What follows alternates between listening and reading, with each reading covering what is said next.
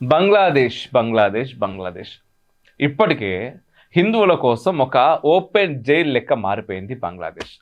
ఇళ్ళకే పరిమితమైనటువంటి హిందువులు కనీస అవసరాల కోసం కూడా బయటకు రావాలంటే ప్రాణాలను చేతిలో పెట్టుకోవాల్సినటువంటి పరిస్థితి. వైద్యం కోసం హాస్పిటల్కు పోతే తిరిగి వస్తామా రామా అనేటటువంటి అనుమానం. ఒకవేళ బయటకు రావాల్సి వస్తే హిందువుగా కాదు ముస్లిం దుస్తుల్లో పోవాల్సినటువంటి దుస్థితి. ఇవి సోషల్ మీడియా ఆరోపణలు కాదు, బంగ్లాదేశ్ మీడియాని చెబుతున్నటువంటి నిజాలు. ఎట్ ద సేమ్ టైం మరో షాకింగ్ డెవలప్మెంట్ జరిగింది ఇక్కడ.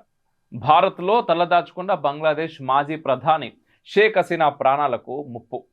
ఈ ముప్పు ఎవరి నుంచి? పాకిస్తాన్ గూఢచార సంస్థ ఐఎస్ఐ నుంచి.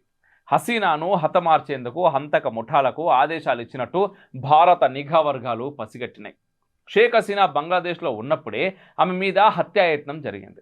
భారత జోక్యం సాహసం వల్ల వెంట్రుక వాసి లోపల తప్పించుకొని ఢిల్లీ చేరుకున్నది. అప్పటి నుంచి ఇప్పటిదాకా పాకిస్తాన్ పదే పదే హత్యా ప్రయత్నాలు చేస్తూనే ఉన్నది.